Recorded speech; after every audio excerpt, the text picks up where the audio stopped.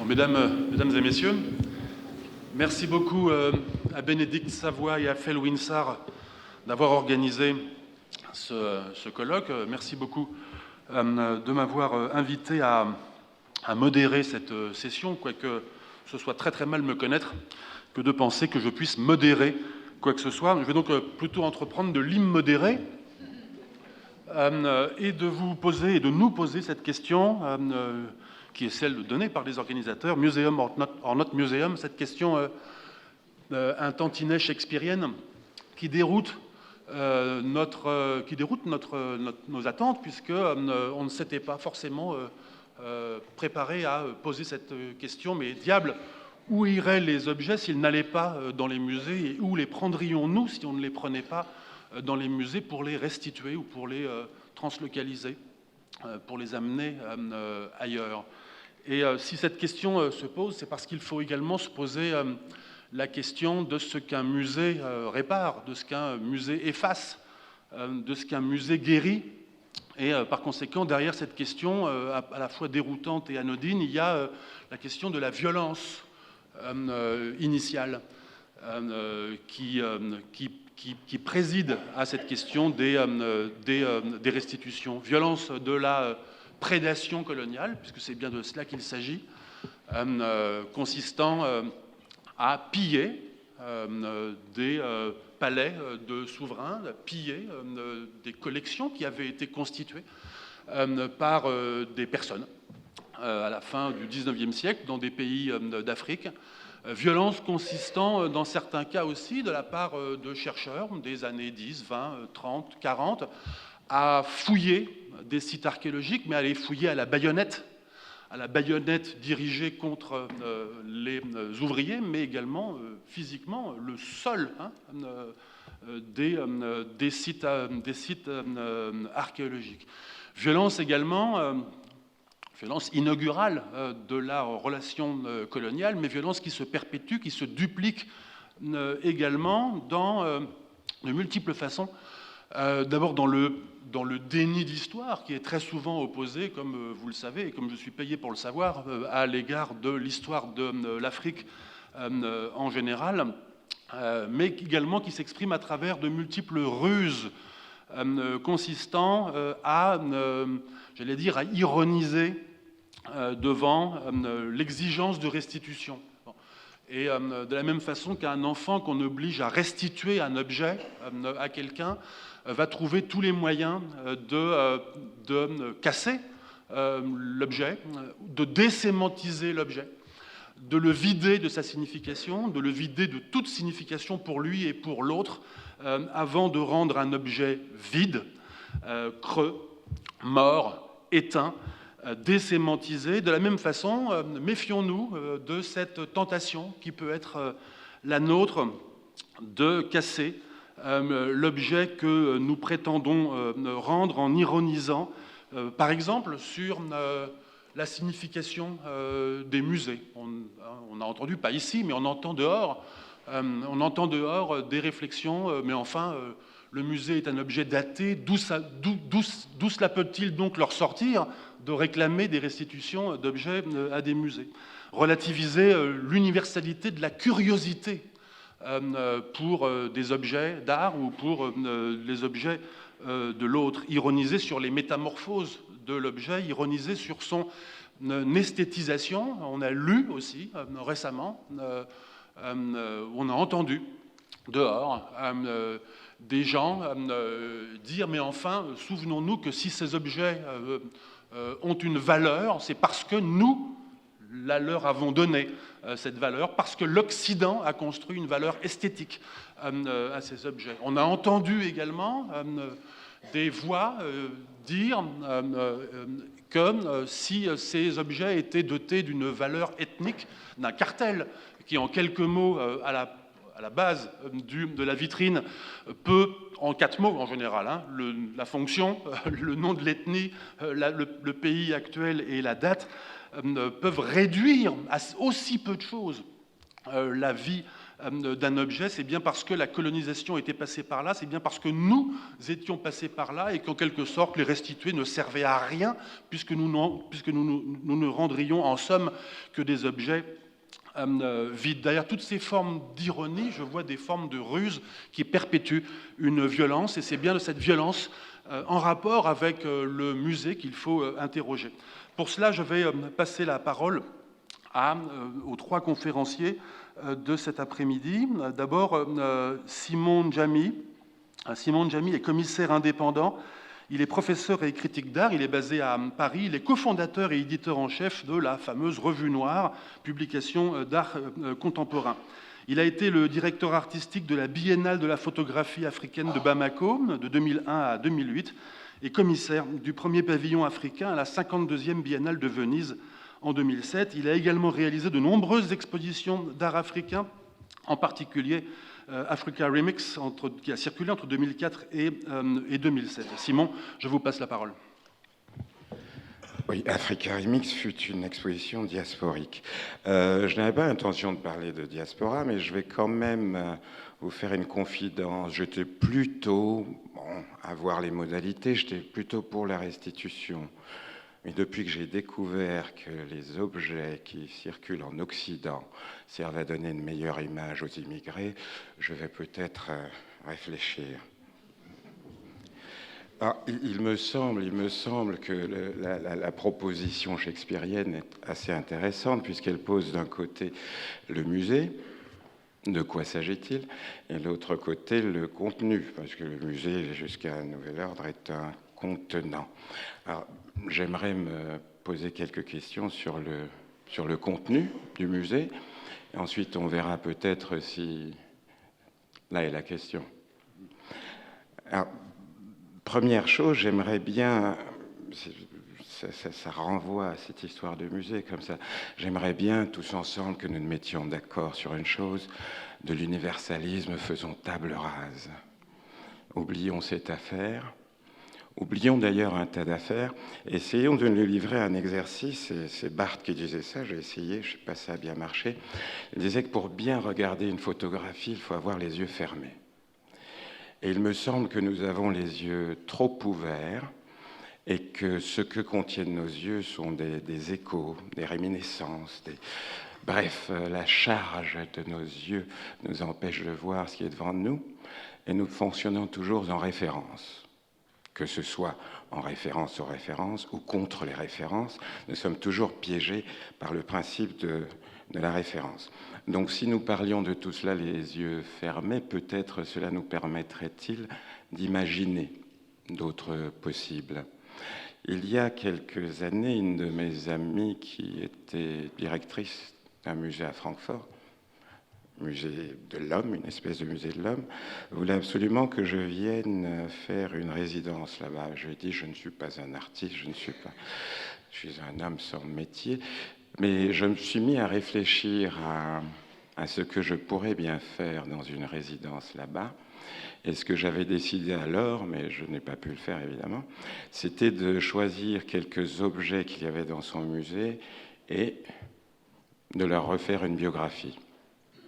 Parce qu'après tout, elle me l'avait dit elle-même, que les recherches et les données qu'ils avaient sur les objets étaient un peu maladroites. Parfois, ça avait été récupéré par des missionnaires, avec Dieu et toute la clique. Parfois, ça avait été récupéré par des militaires, etc.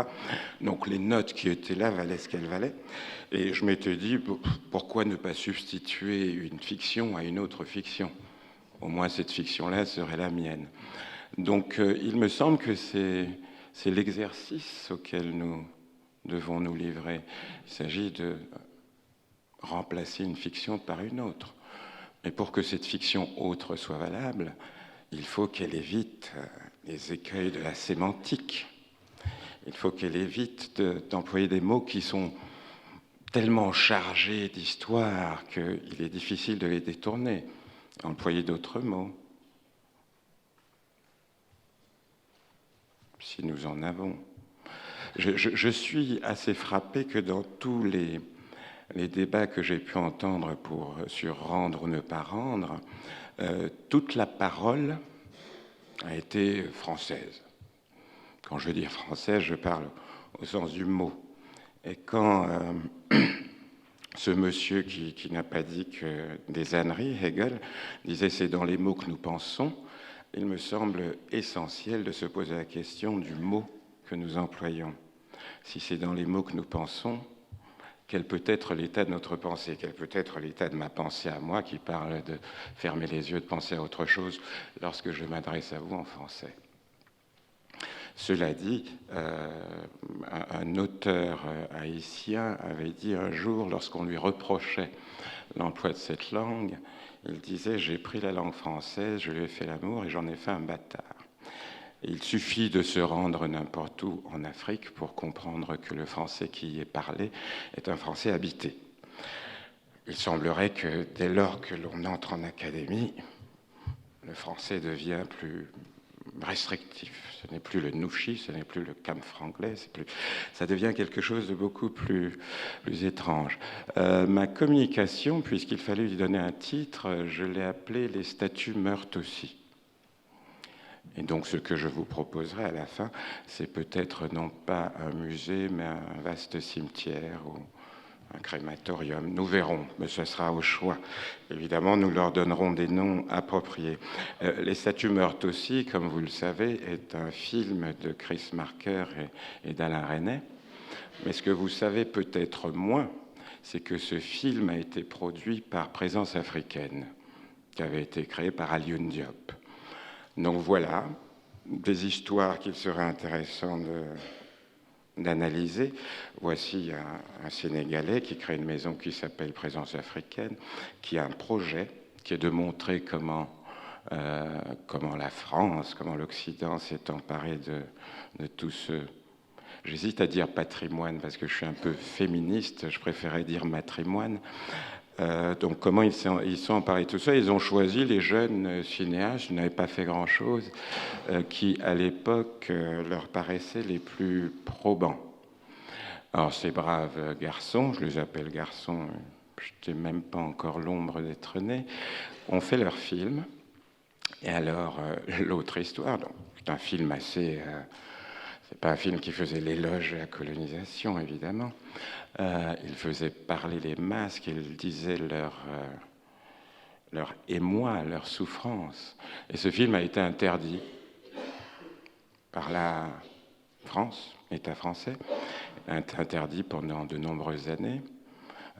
Senghor, qui était ministre à l'époque, a eu beau intervenir, il n'était pas question de laisser voir ces choses-là. Alors, la chose amusante, c'est qu'il ne vous aura pas échappé que ni Alain ni Chris n'étaient africains. Donc après tout, on aurait pu leur laisser le passe-droit. Mais j'imagine que l'État colonial se disait que si Alioune Diop était derrière l'affaire, c'était pas forcément pour chanter les louanges de la République. Donc les statues meurent aussi.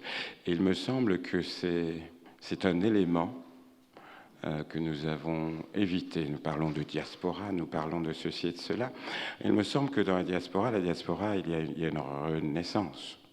Je veux dire, Michael Jackson est je prends un mort, mais qu'importe. Michael Jackson est un être diasporique. Il s'est refabriqué, il est devenu autre chose. Alors qu'il ne me semble pas qu'en changeant de statut, les objets aient changé. Je veux dire, le masque baoulé n'est pas devenu métis, plus clair, n'a pas eu les yeux bleus. C'est toujours le masque baoulé. C'est simplement son sens qui a changé. Et c'est cela que je prétends que ces objets sont morts. C'est-à-dire que la vie qu'ils se sont mis à vivre dans ces endroits exotiques, qui était le British Museum, le palais du Trocadéro, etc., était comme autant de prisons, autant de cimetières où ils étaient dépourvus, dépouillés de leur essence, de leur identité. Ils en ont pris d'autres, ici et là, au gré des gens qui les qualifiaient. Ils avaient perdu définitivement ce qui faisait qu'ils étaient ce qu'ils étaient. Donc, en ce sens, ils étaient morts. Morts pour leur pays d'origine, morts pour ceux qu'ils avaient fabriqués, puisqu'ils ne signifiaient plus ce qu'ils étaient censés signifier. Et comment ces morts peuvent-ils revenir? Il y a le flux et le reflux qui étaient chers à Pierre Verger, mais là encore, le flux et le reflux parlaient plutôt de cette affaire diasporique qui fait qu'on change et que ce qui revient n'est pas le même, contrairement à ce que nous disait Frédéric Nietzsche. Et donc, ces morts qui reviennent, qu'est-ce qu'on en fait? Il y a déjà une chose qui me gêne dans cette histoire de restitution, c'est la largeur, la largesse, la grandeur de la France. J'ai toujours été un peu gêné par la grandeur de la France.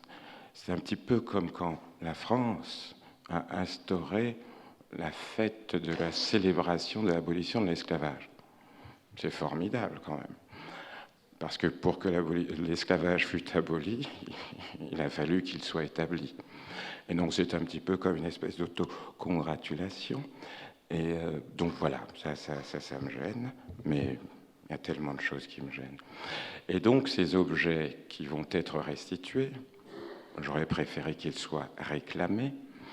Il y a ainsi une pièce de théâtre de mon excellent camarade, paix à son âme, Bernard-Marie Coltès, qui s'intitule encore « Combat de nègres et de chiens ». Alors, vous n'avez pas vu la pièce peut-être, je vous la raconte. Tout se passe quelque part en Afrique. Il y a une concession, comme ça, on sent qu'il se passe des choses étranges dans cette concession. Cette concession est totalement fermée au monde qui l'entoure. J'imagine que les fromages viennent par la valise diplomatique, etc., etc. Bref, aucun contact. Si ce n'est quelques ouvriers africains qui viennent travailler dans cette concession. Or donc, voici que, patatras, un accident, l'un des ouvriers meurt. Et puis, on ne sait pas trop ce que l'on fait de sa dépouille. Et arrive donc un monsieur africain, apparemment, qui va venir mettre le trouble dans les andins, parce qu'il vient en disant « je viens récupérer le corps de mon frère ». Et là, ça pose problème à tout le monde, parce que le corps du frère, ils ne savent plus où ils l'ont mis. Elle explique que le frère est mort, certes, mais son âme est en train de errer, et il doit être enterré. Il faut qu'il soit enterré dans sa terre natale, selon les rites et selon les usages de sa famille. Et tant que cela ne sera pas fait, rien ne se produira. Donc, il me semble que cette histoire de restitution, j'aurais préféré, je ne dis pas que cela ne s'est pas fait, mais j'aurais préféré que les nations africaines, comme une seule, vinssent réclamer le corps de toutes ces choses qui ont été abandonnées, détournées, etc. Et ensuite, en face ce qu'elles veulent. Cette idée de musée, je ne vais pas vous faire un cours là-dessus, je suis entouré de spécialistes. C'était quoi, au fond? On parle de régénérer les choses, etc., etc. L'invention du Louvre, c'est quoi? C'est pour montrer comment Napoléon est fort. C'est pour montrer toutes les richesses qu'on a ramassées et prises ailleurs. C'est un coffre-fort à la base, un musée. Alors aujourd'hui, nous disons musée, musée. Évidemment, ça a évolué. Mais la question que je me pose, contrairement aux amis de Marine, je suis sûr qu'il y en a là-dedans, la question que je me pose, c'est pas de savoir s'il y a des musées en Afrique ou si l'Afrique est capable de retenir ces objets. Évidemment, l'Afrique doit récupérer ces objets et en faire ce que bon lui semblera. Bon, là, c'est une autre question. Mais la vraie question qui se pose, c'est comment est-ce que, si jamais ces objets, par je ne sais quel miracle, le fait qu'ils retournent sur la terre natale, si tout d'un coup ils avaient une vie nouvelle, quelle serait leur place? Parce que je vois pour ces objets le musée occidental comme une prison. Les masques dansaient, les masques chantaient, les masques s'exprimaient, les masques vivaient. Les masques faisaient partie d'une cosmogonie, faisaient partie d'une tradition, faisaient partie d'une parade. Et voilà donc, il me reste 3 minutes, et voilà donc que les masques sont pris et sont enfermés dans des cages de verre, sont enfermés dans des lieux climatisés, deviennent précieux, etc., etc. Une mort atroce. n'est pas si atroce que ça, puisque cette mort-là sert à rendre les migrants plus sympathiques et plus beaux. Mais c'est une mort. Et donc la chose qui me glace le sang, c'est quand j'entends les uns et les autres parler de fabriquer des musées en Afrique. La question n'est pas celle du musée. La question est qu'est-ce qu'on fabrique et pourquoi faire ? Peut-être que certains de ces objets, si tout d'un coup une vie nouvelle leur était insufflée, voudraient être brûlés sur la terre de leurs ancêtres. Peut-être que d'autres voudraient réapprendre à danser. Peut-être que d'autres, etc., etc. Mais partir du principe qu'on va retirer un prisonnier de sa prison pour lui fabriquer une autre prison, qui sera certes tropicale, qui sera certes pleine d'épices et pleine de saveurs, me paraît une incongruité monumentale. Alors, musée ou pas musée, là est la question et je n'ai pas de réponse. Merci.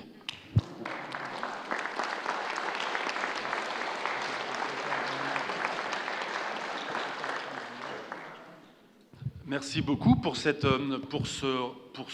nécessaire exercice consistant à incongruiser la discussion et poser la question de savoir si le musée est tout simplement la bonne prison pour y remettre des objets qui aspirent à être vivants ou à revivre. Je vais immédiatement passer la parole à Kader Attia, qui est à ma droite. Kader Attia est né en 1970 à Paris de parents algériens. Il utilise l'expérience de ces différentes cultures pour nourrir l'approche interculturelle et interdisciplinaire de son travail. Il explore depuis de nombreuses années le point de vue des sociétés sur leur propre histoire, notamment en ce qui concerne les privations et les répressions. Ses recherches ont conduit Kader à la notion de réparation, un concept qu'il a développé philosophiquement dans ses écrits et symboliquement dans son œuvre. Kader, je vous passe la parole. Je demande s'il vous plaît à ce qu'on baisse légèrement la lumière.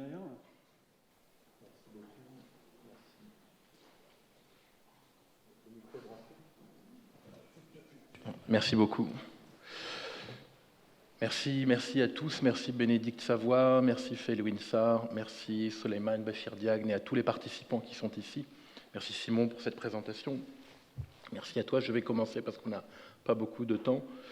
La présentation était très bien, elle a permis de contextualiser mon champ de recherche et de réflexion qui est celui de la réparation. Alors, je me retrouve dans ce colloque, mais finalement les échos que j'entends correspondent à ce sur quoi j'ai travaillé.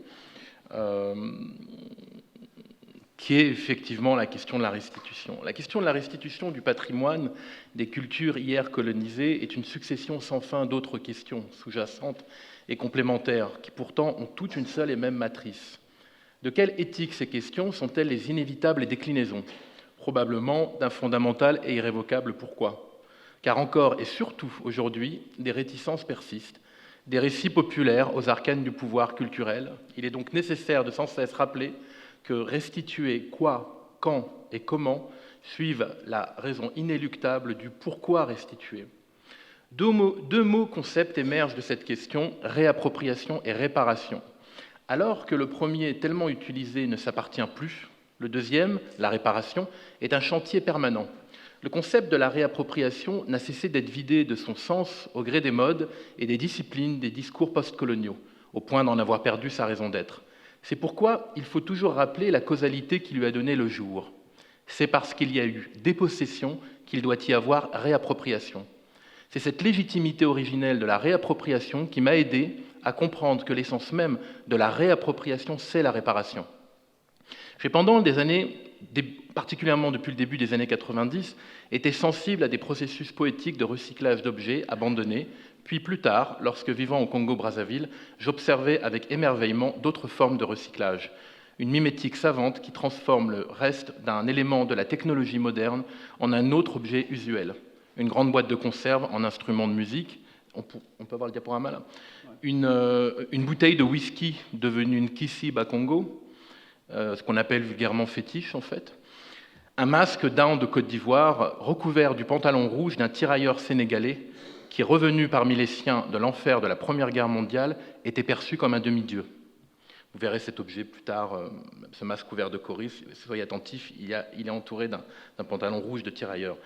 Des formes de réappropriation culturelle en écho au concept de l'anthropophagie culturelle cher au Brésilien Oswald de Andrade, pour qui la culture colonisée renaissait dans la mimétique en vomissant la modernité colonisatrice qu'elle avait cannibalisée. Mais un jour, un objet allait me faire passer des signes de réappropriation culturelle à la réparation. Le diaporama se déroule parallèlement à la lecture, c'est à vous de vous refaire le puzzle, vous allez voir, c'est assez excitant. Cette découverte fut un pagne en raffia de la société Kuba du Congo-Kinshasa, qui stigmatise à lui seul toute la puissance et la complexe relation réappropriation-réparation. Cet objet m'avait été offert par Armand Konga, un ami congolais de Brazza, comme cadeau de départ après mon premier séjour de 3 ans à Brazzaville. Il portait de manière assez remarquable une dizaine de petites pièces d'une toile s'apparentant à un tissu occidental au motif de pieds de poule ou de toile de Vichy. Le tout sur un large et somptueux pagne de raffia écru, soigneusement brodé. La dissonance esthétique m'avait, comme l'avait bien imaginé mon ami Armand, immédiatement séduite. Pendant des années, ce pagne a décoré mon atelier, jusqu'au jour où, étant obligé de le décrocher du mur pour un déménagement, je découvrais que derrière chaque petite pastille, il y avait un trou généré probablement par des insectes et des petits rongeurs, bref, par l'usure du temps. La présence inhabituelle de ces dizaines de petites rustines n'était donc plus celle d'une décoration sophistiquée, mais celle d'une réparation tout aussi inattendue, puisqu'elle intégrait un élément textile provenant probablement de la chemise d'un colon pour couvrir des trous d'usure de ce nchakokot. Ce pagne s'appelle un nchakokot. Il est en général porté par les princesses du royaume Kuba. Le choix des motifs et la façon dont l'application précise de ceux-ci par la broderie intègre l'ensemble de la composition avec un art de l'équilibre des contrastes signe un parfait geste double dans lequel l'éthique et l'esthétique se mireraient en un dialogue que seul le plaisir du spectateur attentif pouvait percer. En effet, si quelqu'un avait recouvert soigneusement ces dizaines de trous du côté de la partie visible du tissu, celle exposée à la vue, c'est sans aucun doute pour l'améliorer physiquement, mais c'est aussi et peut-être surtout pour lui faire raconter une autre histoire. Très important, cette notion d'histoire, de réappropriation de l'histoire. Que ce soit d'un point de vue de la pensée ou de l'action, l'énergie motrice de la réparation, celle qui la meut de l'intérieur via une poussée instinctive, se retrouve dans une infinité de natures de l'existence. De la physique quantique à la pensée politique ou artistique, l'équilibre de la relativité générale qui succède au chaos du Big Bang, le paradoxe des trous noirs qui, comme nous l'explique le physicien Leonard Susskind dans The Black Hole War, la guerre des trous noirs, publié en 2008, répare l'univers plus qu'il ne le détruise. La réparation est un mouvement incontournable de l'existence qui en suture les blessures qui la structurent. Elle nous suture et nous structure physiquement et immatériellement. Mais il est impossible de concevoir la réparation sans la blessure. Il y a toujours une blessure quelque part s'il y a eu réparation. Elles sont liées à jamais dans une gravitation qui les fait tourner en boucle, l'une poursuivie par l'autre. Tout agencement ou instinct de réparation, je ne sais pas si en français on dit ça, mais en anglais on dit agency, donc vraiment cet instinct mu par je ne sais quoi. Donc tout agencement ou instinct de réparation, qu'il soit naturel, comme la sélection naturelle, par exemple, chère à Darwin et Wallace dans leur théorie de l'évolution des espèces, ou culturel, présente physiquement sur les objets d'art anciens, profanes ou sacrés, ou encore intellectuellement, dans tout projet politique, incarne la transcendance de la blessure. Lorsqu'il y a 10 ans, je me suis intéressé à la relation entre les blessures réparées des objets traditionnels des cultures anciennes et les réparations des visages blessés des soldats de la Première Guerre mondiale, les gueules cassées, j'ai vu miroiter 2 concepts de la réparation, le moderne occidental et celui des cultures non occidentales anciennes. Le mythe moderne du parfait, celui obsédé par la disparition de la blessure, reposant sur le pouvoir de la science, et celui que cette même pensée moderne occidentale exclut ou relègue dans le brouillard de l'à peu près. L'à peu près des cultures autres, où le bon sens, celui où l'éthique de la réparation d'une chose est corrélatif à l'esthétique du résultat. Celui où la blessure non seulement reste visible, bien que réparée, mais donne également à l'objet blessé une nouvelle existence, une nouvelle vie. Il en a été question tout à l'heure. Celle d'un temps autre, une temporalité autre, que celui qui précède l'accident. Un temps qui garde les signes de la mémoire de l'objet d'avant la blessure, au lieu de le nier en l'effaçant à jamais, comme les sciences modernes cherchent à le faire obstinément sans jamais y parvenir, bien que prétendant le contraire.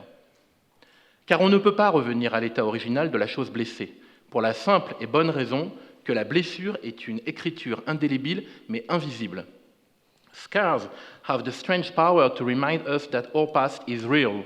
Les cicatrices ont l'étrange pouvoir de nous rappeler que notre passé est réel, comme Cormac McCarthy. L'obsession de l'effacement de la blessure, dogme absolu de la réparation moderne occidentale que j'appelle le mythe du parfait, est sans nul doute la part la plus importante du fantasme de l'effacement de l'histoire d'un objet, d'un individu ou d'un groupe social. Elle est la négation du temps qui passe. Ce fantasme moderne qui se manifeste dans la supériorité scientifique de pouvoir réparer en revenant à l'idée de la forme originale est en fait celui du contrôle du temps. Il anime la croyance la plus aveugle de la modernité, celle de la corrélation entre le temps et le pouvoir politique et économique, le capitalisme dont nous subissons tous les jours les offres de ralentir le temps, voire de le reculer. De l'industrie cosmétique anti-vieillissement à la mobilité permanente à travers laquelle notre ère se transforme, les exemples ne manquent pas.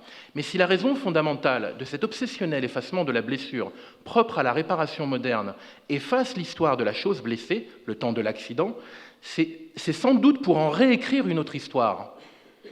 Et dans ce cas, dans le cas du sujet qui nous intéresse aujourd'hui, il est un de ces aspects qui est particulièrement pertinent, car il ne relève pas nécessairement de la blessure physique, mais plutôt immatérielle, où s'accumulent, dans une sédimentation d'affects, les héritages du colonialisme.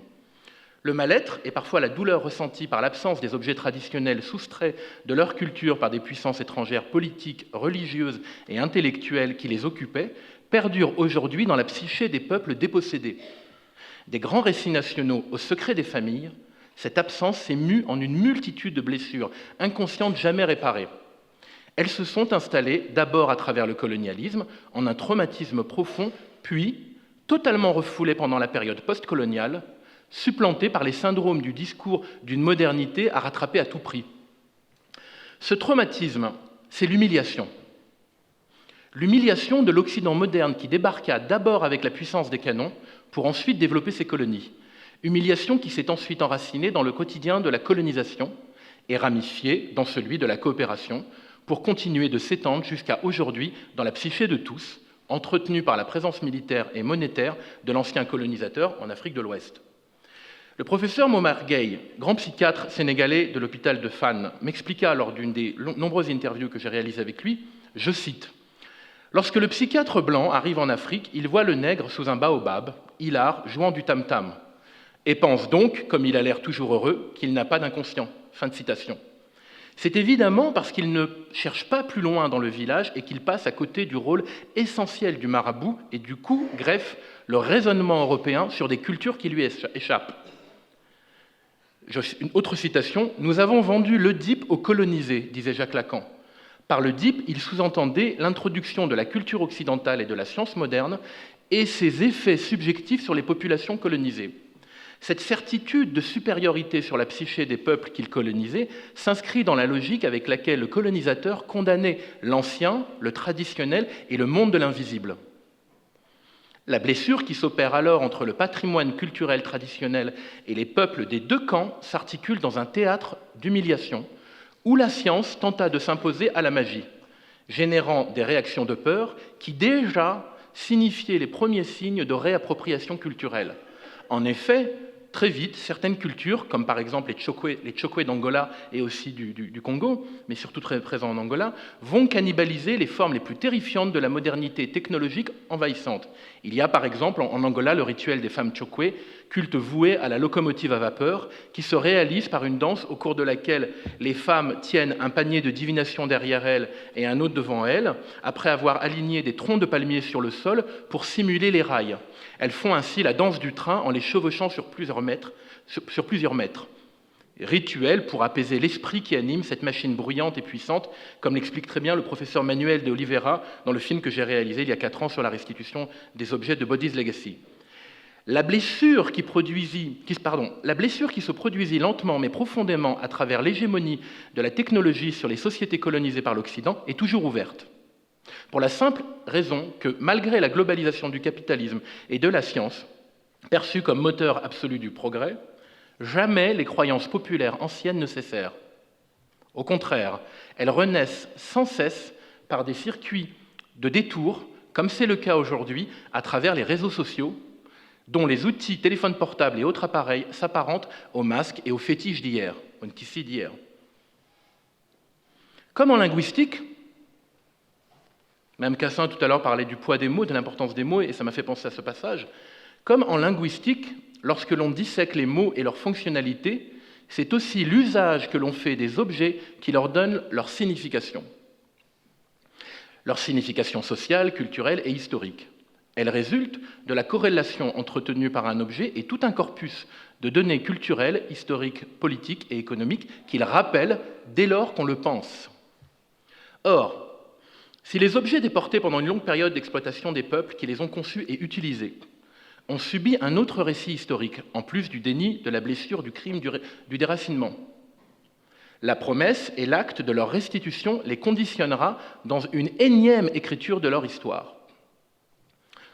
Comme le dit le professeur Hadak Kouassi, anthropologue à l'université d'Abidjan, là encore dans une interview, je cite, « Nos objets absents qui sont en Occident sont devenus blancs.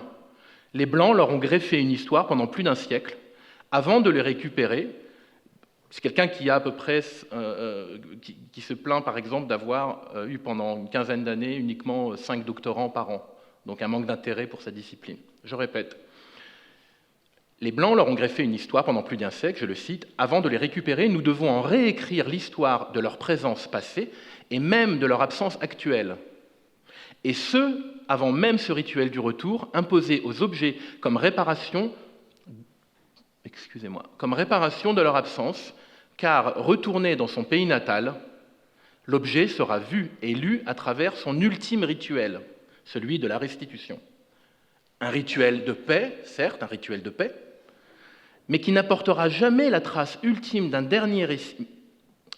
Excusez-moi, c'est ma conclusion, donc je reprends. Un rituel de paix, certes, mais qui portera à jamais la trace ultime d'un dernier récit qui lui a été greffé par l'homme blanc, qui a décidé de rendre par un geste inhérent à cette spécificité moderne occidentale pour laquelle réparer signifie effacer la blessure.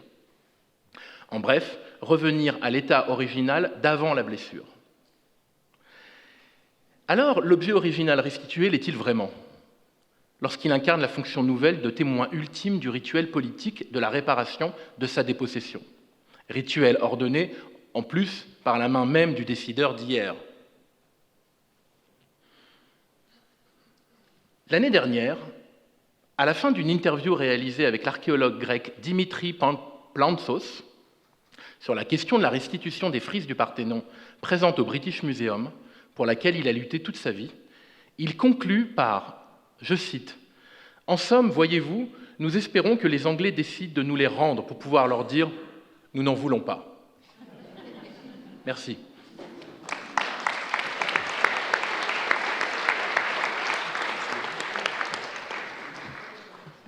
Merci beaucoup pour cette communication. J'avais pour instruction d'appuyer toutes les minutes sur le clic. Je ne sais pas si j'ai rempli mon office.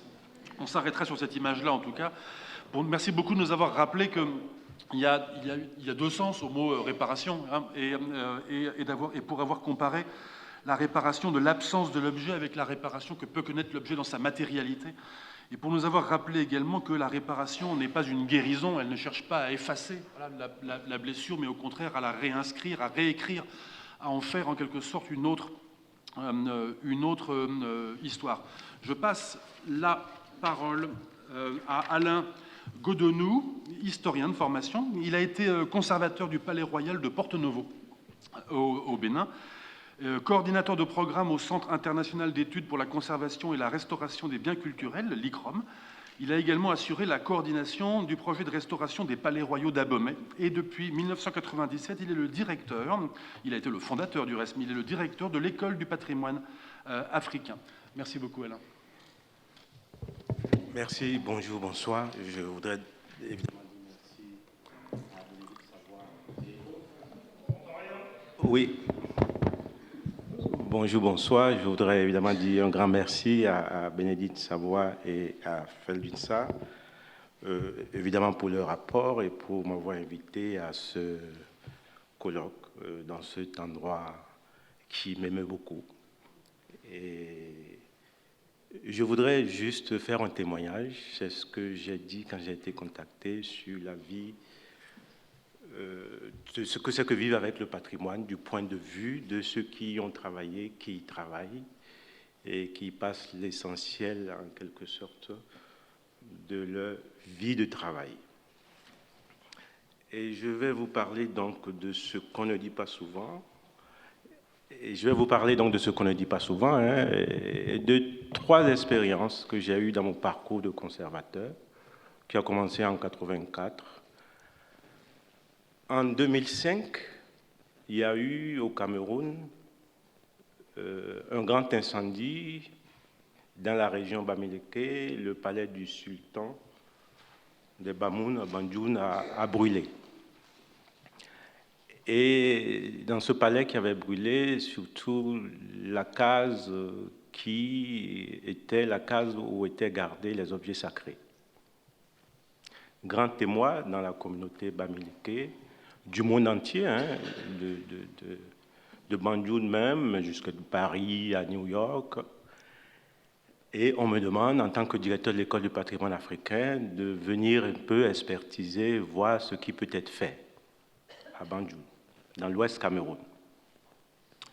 Je pars donc, je suis reçu par le ministre de la Culture, qui à l'époque était une dame, et qui, à cause de cet incendie, des problèmes de l'émoi que ça avait suscité dans les communautés du Cameroun, et pensait enfin à mettre en place une politique de conservation du patrimoine, s'intéressait de nouveau au musée national qui était en veilleuse depuis des années. Donc j'ai discuté avec Madame le ministre et la conclusion c'était qu'elle voulait que je mette en place un programme de formation. Et tout de suite, je lui ai dit, Madame, il faudrait que vous recrutez 5 ou 10 personnes. Et puis nous allons les accompagner, leur indiquer les formations nécessaires, les endroits où ils peuvent, comme ça, vous aurez une équipe dans quelques années capable d'affronter la situation. Mais c'était lui demander de la montagne, ça. Parce que demander à un ministre, hier comme aujourd'hui, en Afrique, un ministre de la Culture, d'ouvrir 5 ou 10 postes, je crois même en France, c'est lui demander d'aller devant le ministre des Finances, qui va, j'étais sûr, il va le regarder de travers, l'équivalent de Bercy dans nos pays, pour lui dire, écoutez, vous n'imaginez pas, les restrictions budgétaires, on ne peut pas ouvrir 10 postes, etc. Donc, elle était toute triste. Je lui ai dit, bon, que si elle ne pouvait pas faire ça, malheureusement, on ne peut pas se contenter de solutions comme ça, à la va-vite, qu'il fallait des hommes et des femmes pour travailler et qu'elle avait besoin de ces ressources. Donc, je n'ai pas été très utile pour cette partie publique qui concerne en fait les musées publics du Cameroun. Ce dimanche, je suis rentré en contact avec la chefferie Bamileke de Banjoun. Et puis j'ai été voir, j'ai trouvé les lieux en tant que conservateur, restaurateur, fait l'analyse de la situation. Et puis, bon, j'ai discuté avec le sultan de l'époque qui était très intéressé, un ingénieur de formation qui s'est retrouvé là, sultan, il y en a souvent au Cameroun, chef, il a été désigné. Et puis, bon, il dit, ils avaient une association de chefs traditionnels Bamileke. Bon, il dit, il va les consulter. J'ai dit, j'aimerais rencontrer l'ensemble des chefs et puis discuter avec eux, parce qu'à l'époque, c'était une question très importante. Les chefs traditionnels camerounais étaient, surtout les Bamileke, qui ont des collections, on va en parler tout à l'heure, tout de suite, importantes, étaient accusés de trafic, de vendre, etc. Il y avait de faux certificats qui portaient leur signature, qui disaient donc ils étaient mal vus et ils vivaient ça très mal, alors qu'ils n'en étaient pour rien. Donc ça s'est fait tout doucement. Un an après, ils m'ont invité à un séminaire où il y avait une vingtaine, un peu moins, 18 chefs traditionnels de Bamileke, à Limbé, dans l'Ouest Cameroun, et dans un grand hôtel, avec leurs cours. C'est la première fois qu'il y avait autant de chefs ensemble pour un séminaire comme des doctorants ou des étudiants. Donc, je devais leur parler de leur rôle en tant que tuteur sur le patrimoine. Moi, un fonctionnaire, de leur parler à ces chefs traditionnels-là. On a fait 3 jours ensemble, ça a été des moments extraordinaires où on a discuté de ce que c'était, de leur rôle, de leur mission, etc., en partant de quelque chose de tout à fait simple que j'ai utilisé depuis un peu, notre code de déontologie des professionnels du Conseil international des musées, pris quelques parties dedans, pour échanger, disons, avec eux. Ils étaient tous gardiens d'objets, de collections, etc., qui servaient dans leur coutume, dans leur tradition, qui sont encore très vivaces, hein, dans l'Ouest, disons dans l'Ouest, quoi, Cameroun.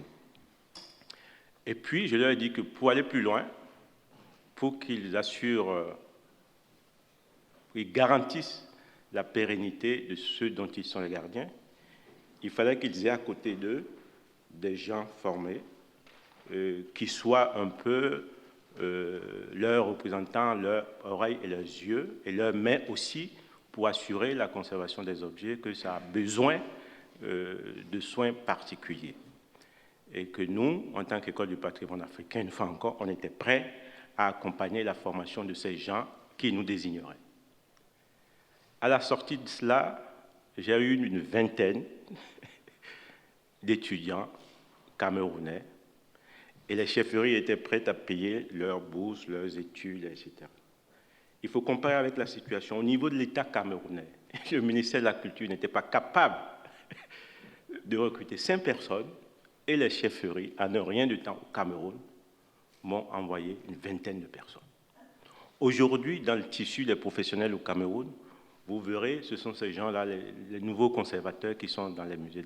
Ça a donné après ce qu'on appelle maintenant les cases patrimoniales, où ils ont décidé, la route des chefferies, de faire ces cases patrimoniales avec des normes pour assurer la sécurité, la pérennité des objets dont ils sont les gardiens, qui ressortent pendant leur tradition, leur coutume, et qui ne soient plus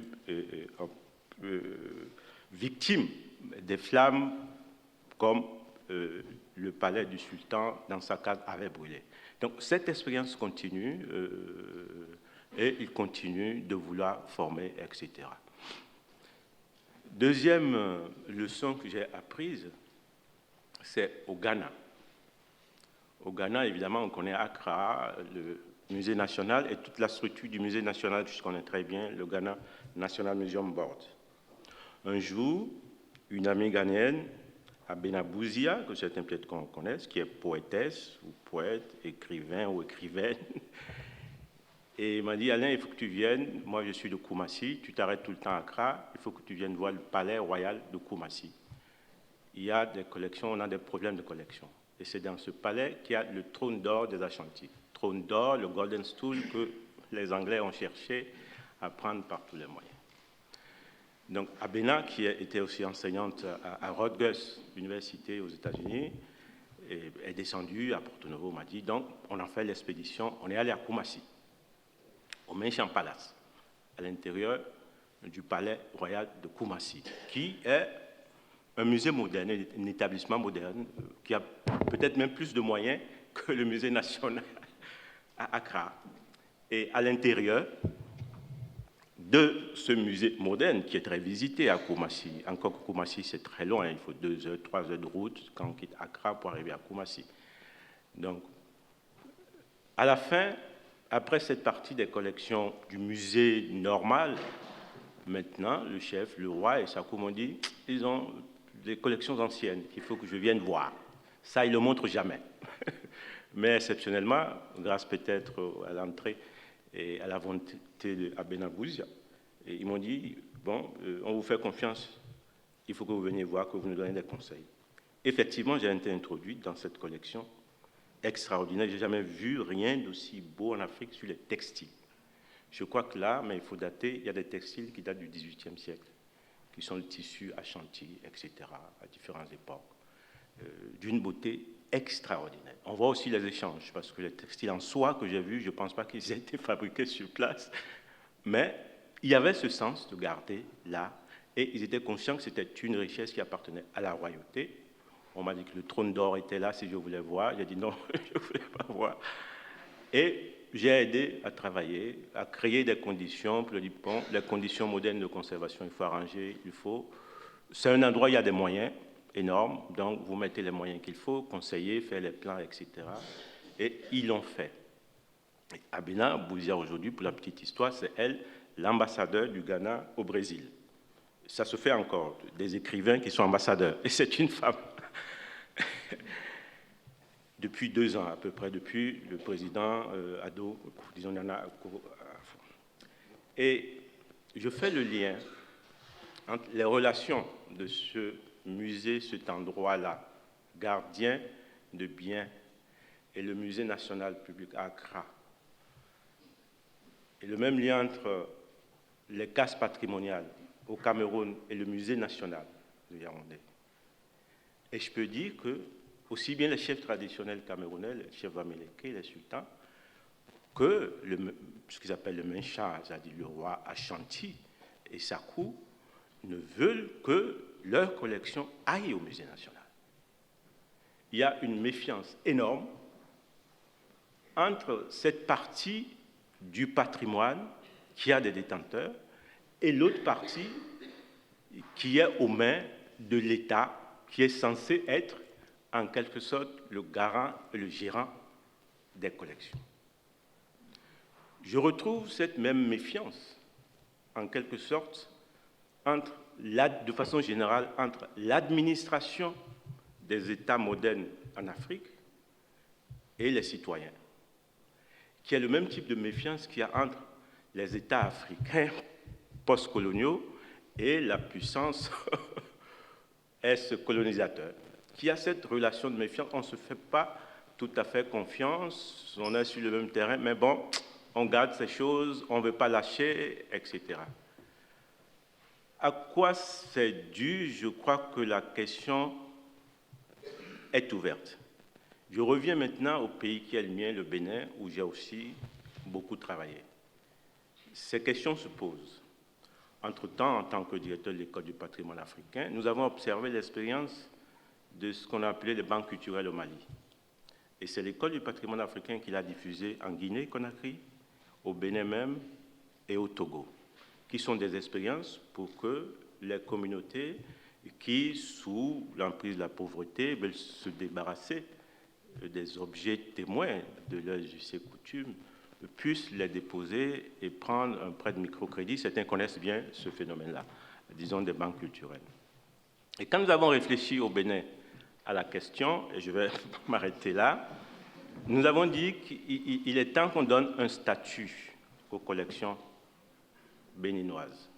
On les appelle les collections nationales, dans lesquelles, juridiques, dans lesquelles il y a les collections publiques qui appartiennent aux musées publics, qui doivent avoir une statue à part.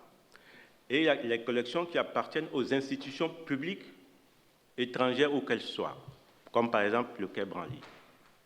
Et des collections qui appartiennent à des privés, à des particuliers, mais qui sont d'origine béninoise. Et qu'on donne une forme de statut reconnu par l'État qui puisse, à certains moments, faire appel à ces collections pour ses chercheurs, pour ses études, pour éventuellement ses expositions. Nous sommes là dans la réflexion en ce moment, et je dirais, pour conclure, que pour moi, musée ou pas musée, c'est une question à verser dans les opportunités pour réconcilier l'État africain moderne avec ses citoyens. Et c'est une question aussi à verser dans le panier des opportunités pour réconcilier les ex-colonisés et les ex-colonisateurs. Je vous remercie.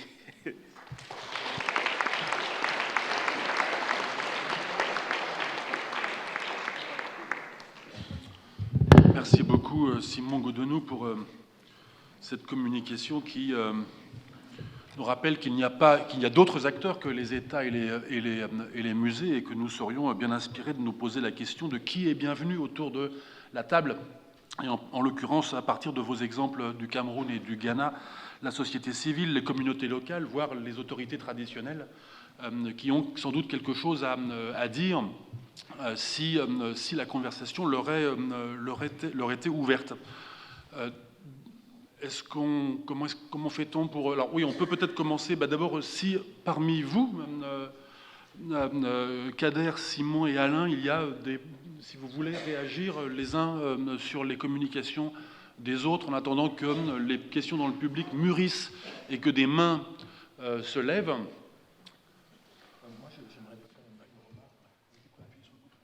j'approuvais votre remarque, Simon, sur les groupes, les sociétés Bamileke et comment finalement la réaction. Ah pardon, je suis désolé, Simon. On parlera après, Simon, toi et moi, on se connaît. Je te ferai des questions en privé.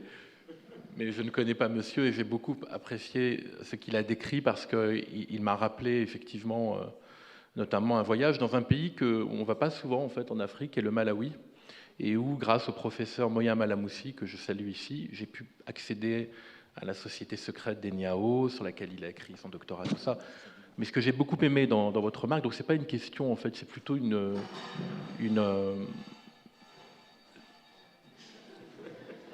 les esprits sont là. Voilà. Vous voyez ? Ils approuvent. Comment finalement la lenteur que vous avez décrite au niveau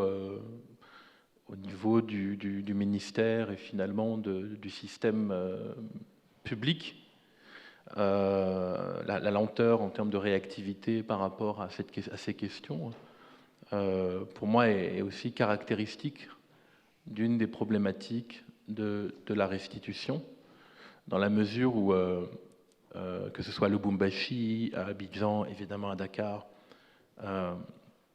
et je vais vous donner un exemple extrêmement intéressant, je ne sais pas si les gens sont au courant, mais Alger, où il n'y a pas de musée d'art ancien d'Afrique, mais une collection, la collection qui a appartenu à Savorgnan de Brazza, en fait, qui est mort à Alger.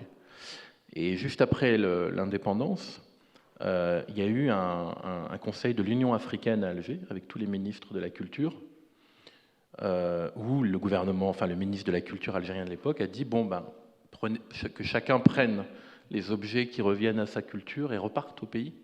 Et à l'unanimité, il a été voté que non, que cette collection reste à Alger à une condition, que Alger construise le musée de l'Afrique. Voilà, on y est encore. Hein. Vous voyez, on y est encore. Hein. Et une formidable directrice de cabinet il y a quelques années m'avait dit que Niemeyer, l'architecte, juste avant sa mort, a fait un croquis en disant ça sera ça le musée. Mais vous voyez, l'exemple africain, il est toujours le même. C'est pour ça que je trouve très intéressant votre exemple, notamment de cette société Bamileke, d'abord dont on admire l'art, hein, ou en tout cas l'esthétique, et cette réactivité qui prouve qu'on a beau être chef coutumier, et on peut être encore plus contemporain que les gens qui nous gouvernent, en fait. Et plus réactif, surtout. C'est pour ça que je disais aussi tout à l'heure que la science et cette hégémonie de la science a eu beau écraser en permanence les structures traditionnelles de guérison. Ça existe toujours et ça existera toujours, et par des circuits de détour, elle se réapproprie cela. Vous disiez tout à l'heure que la vingtaine d'étudiants sont aujourd'hui en activité à Yaoundé ou à Douala, c'est ça ? Disons dans tout le Cameroun. Quand on les retrouve souvent aujourd'hui, c'est ceux qui sont en poste dans un certain nombre de musées au Cameroun, en quelque sorte. C'est formidable. J'ai envie de citer un pape, je ne sais plus lequel. Celui qui disait « N'ayez pas peur ». Parce que j'ai le sentiment souvent que le lavage de crâne a tellement bien fonctionné que les gens ont peur de leurs ombres. Ces objets, nous en avons parlé, nous savons leur puissance mémorielle, etc., etc. Mais nous savons aussi que les Africains ne sont pas morts et qu'ils ont continué à réinvestir d'autres objets, d'autres puissances et d'autres pouvoirs. Et que l'essentiel de cette restitution-ci est politique. Et quant à se demander jusqu'à quel point on est ou on n'est pas totalement lobotomisé, je me souviens d'une conversation avec Sangor qui me parlait de... je lui dis, mais pourquoi vous êtes catholique ? Je dis, je suis catholique parce que j'ai été baptisé. Je lui ai dit, mais votre père ? Mon père, à un moment, on lui a dit que pour le commerce, c'était bon d'être catholique, donc il s'est fait baptiser. Mais il faisait tout ce qu'il fallait normalement par ailleurs. Donc le dimanche, il allait à l'église, puis il allait dans la forêt sacrée. Donc il y a aussi une puissance, et c'est peut-être ça qu'a réussi l'industrie coloniale. Il y a une puissance avérée en Afrique qui est là, et que la puissance coloniale a réussi à effacer, non pas de manière réelle, mais dans la tête des gens, qui se prennent vraiment pour moins forts qu'ils ne sont, alors qu'ils sont là. Je vais en finir sur une anecdote. J'avais été invité à un colloque, c'était formidable. C'était Peut-on être vivant en Afrique? C'était l'Institut Diderot qui faisait ça. J'arrive, je me dis, bon, quel drôle de truc. Et j'ai demandé à une assistante de me donner le taux de suicide du Japon, de la France, etc. Alors se poser la question, peut-on être vivant en Afrique? Mais si on ne peut pas être vivant en Afrique, où? On a eu les 7 maladies, on a eu les Anglais, on a eu les Portugais, on a eu la peste, le choléra, le typhus, et on est toujours là. Alors quand même, ce qui m'intéresserait, c'est que les Africains se rendent compte parfois un peu plus de leur puissance. Merci beaucoup. Je passe la parole à Felwine Sarr.